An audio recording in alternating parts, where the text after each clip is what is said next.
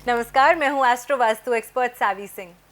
चुनाव के जो नतीजे हैं वो काफ़ी ज़्यादा नज़दीक आ गए हैं और ऐसे में हमारे देश के जो प्रधानमंत्री जी हैं माननीय नरेंद्र मोदी जी, उन्होंने कहा है कि थर्ड टेन्योर में अगर वो आते हैं तो काफ़ी सारे ऐसे सेक्टर्स हैं जिनमें लोगों को बूस्ट देखने को मिल सकता है। जिनमें से उन्होंने कहा कि शेयर मार्केट का जो सेक्टर है उसको काफ़ी ज़्यादा मुनाफा हो सकता है, उसमें काफ़ी ज़्यादा जो बूस्ट है वो मिल सकती है। इसी के साथ कई सारे ऐसे वादे हैं जो हमारे साथ हमारे देश के प्रधानमंत्री जी ने किए हैं। तो आज के इस एपिसोड में हम यही समझने वाले हैं कि ज्योतिष अनुसार, एस्ट्रोलॉजी के अनुसार, अगर हम इंडिया की इंडिविजुअल कुंडली देखते हैं, यानी कि भारत, स्वतंत्र भारत देश की अगर हम कुंडली देखते हैं और साथ के साथ हम अपने देश के रिप्रेजेंटेटिव माननीय प्रधानमंत्री श्री नरेंद्र मोदी जी की कुंडली देखते हैं, इन दोनों कुंडलियों के अनुसार क्या हम कह सकते हैं कि जो जो वादे उन्होंने किए हैं या जो जो बदलाव की जिन बदलावों की बात उन्होंने की है, क्या वो आने वाले समय में हमें चेंजेस आते हुए दिख सकते हैं या नहीं, या फिर किस प्रकार के चेंजेस जो हैं वो हमें देखने को मिल सकते हैं।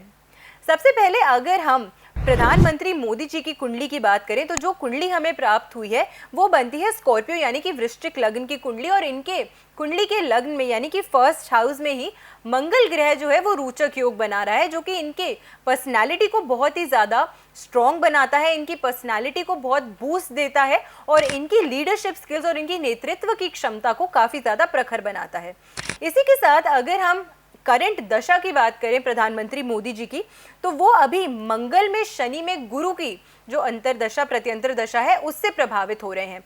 मंगल जो है वो इनके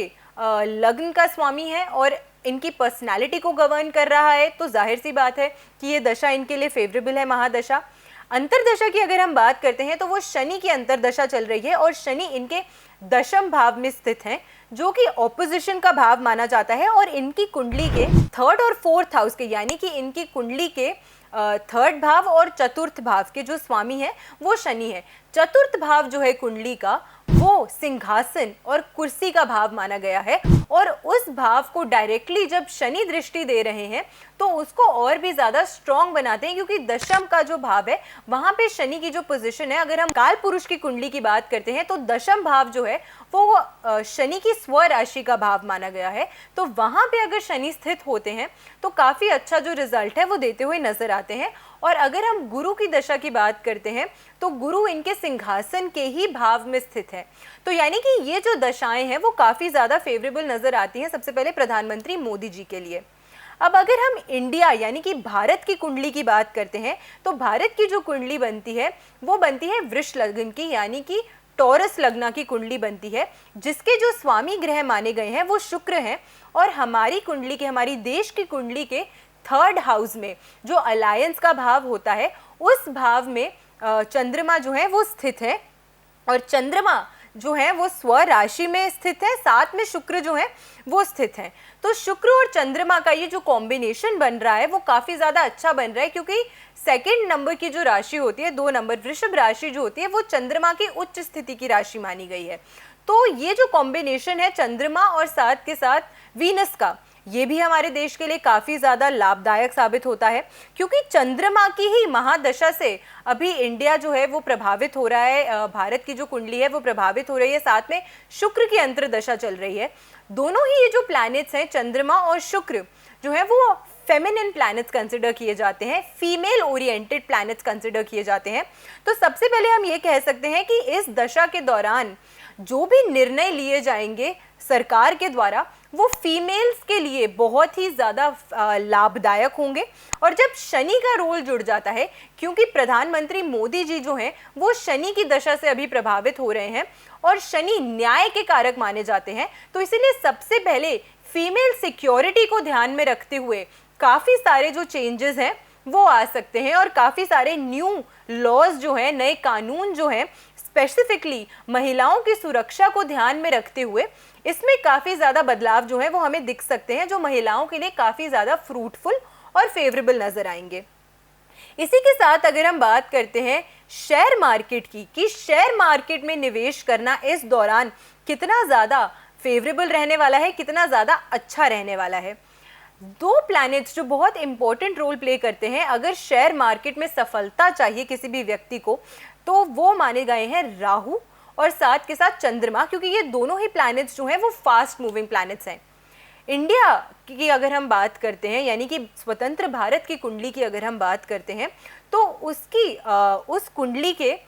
फर्स्ट हाउस में यानी कि लग्न में ही राहु प्लेस्ड है और साथ के साथ जो थर्ड हाउस है वहां पे भी चंद्रमा प्लेस्ड है और स्वराशि में प्लेस्ड है। तो ये दोनों ही जो प्लैनेट्स हैं वो काफी बेनिफिशियल स्थिति में प्लेस्ड हैं। इसी वजह से शेयर मार्केट में काफी ज्यादा फ्रूटफुल हो सकता है निवेश करना। इनफैक्ट कौन कौन से सेक्टर्स हैं जिसमें निवेश करना बहुत ज़्यादा फ्रूटफुल होगा आप सभी लोगों के लिए, वो भी हम आपको बताने वाले हैं। ऑटोमोबाइल से जुड़ी हुई जो भी इंडस्ट्रीज हैं उनको काफ़ी ज़्यादा बूस्ट जो है वो इस समय के दौरान मिल सकता है, इस दौरान मिल सकता है, क्योंकि ये जो दशा है वो काफ़ी फ्रूटफुल साबित होने वाली है स्पेसिफिकली ऑटोमोबाइल्स सेक्टर की ग्रोथ के लिए।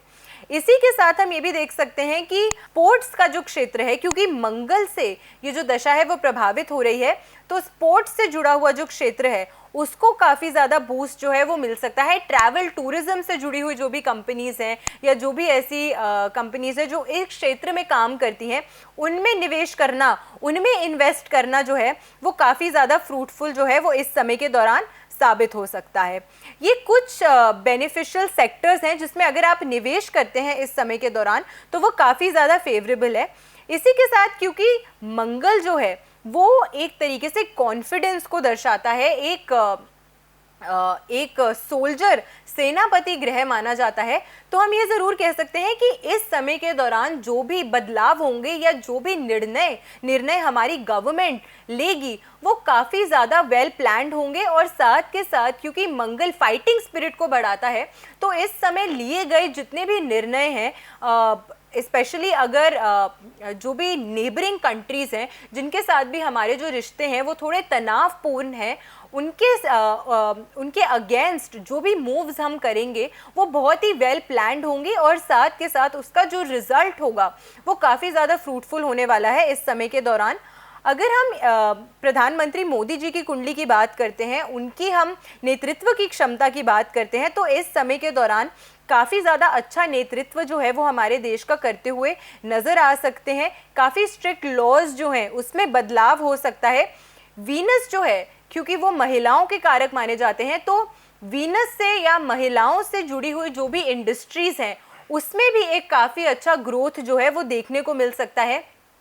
ब्यूटिफिकेशन से जुड़ी हुई जो इंडस्ट्रीज हैं उसमें काफ़ी ज़्यादा बूस्ट जो है वो इस समय के दौरान मिल सकता है। शनि के साथ वीनस अगर प्लेस हो जाता है, क्योंकि शनि न्याय के कारक हैं, तो ऐसे में जो लॉज हैं वो डेफिनेटली हम कह सकते हैं कि महिलाओं के लिए ज़्यादा बेनिफिशियल होंगे। ट्रांसपोर्टेशन का जो सेक्टर है उसको काफ़ी बूस्ट मिल सकती है इस दौरान। टूर्स एंड ट्रैवल से जो जुड़ा हुआ कार्य करते हैं, टूरिज्म से जुड़ा हुआ जो कार्य करते हैं, उसमें काफ़ी ज़्यादा ग्रोथ जो है मिल सकती है। तो ये कुछ सेक्टर्स हैं जिसमें निवेश करना इस समय के दौरान काफ़ी ज़्यादा अच्छा माना गया है। एज एन इंडिविजुअल अगर आप सोच रहे हैं निवेश करने का, अगर आपने अभी तक नहीं किया है शेयर मार्केट में इन्वेस्ट, तो कुछ चीज़ें हैं एस्ट्रोलॉजिकली जिनका आपको खास करके ध्यान देना चाहिए।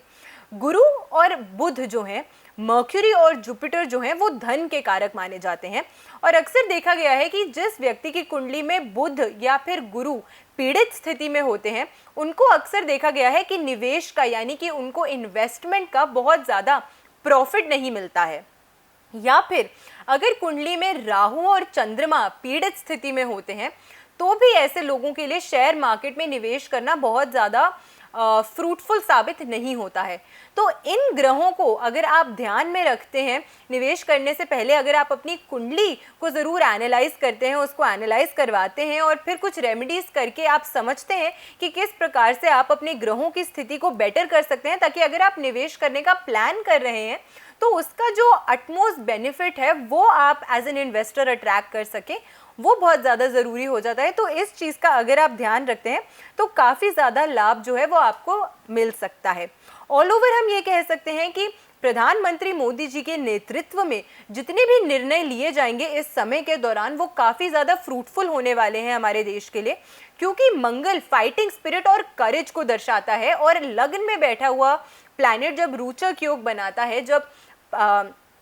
एक स्ट्रॉन्ग मजबूत योग बनाता है, तो ऐसे लोगों की जो नेतृत्व की क्षमता होती है वो बहुत ही ज़्यादा अच्छी हो जाती है। तो इन चीज़ों को ध्यान में रखते हुए अगर हम बात करते हैं तो ये जो मोदी जी की और साथ के साथ स्वतंत्र भारत की जो कुंडली है वो हर एस्पेक्ट से इस समय के हिसाब से काफ़ी ज़्यादा फ्रूटफुल और फ्लरिशिंग जो है वो नज़र आ रही है। तो ये कुछ चीज़ें हैं जिनका अगर आप ध्यान रखते हैं तो आप आने वाले समय में अपनी इन्वेस्टमेंट्स को, अपने डिसीजंस को और भी ज़्यादा अपने लिए और अपनी फैमिली के लिए फ्रूटफुल ज़रूर बना पाएंगे। तो आशा करते हैं कि ये जो एपिसोड था आपको यूज़फुल लगा होगा और ऐसे ही बेनिफिशियल एपिसोड्स के साथ फिर से हम लौट कर आएंगे इसी चैनल पे। आशा करते हैं आपका दिन शुभ रहे। I am astro vastu expert Savi Singh, an astrologer, numerologist and a vastu consultant. नमस्कार।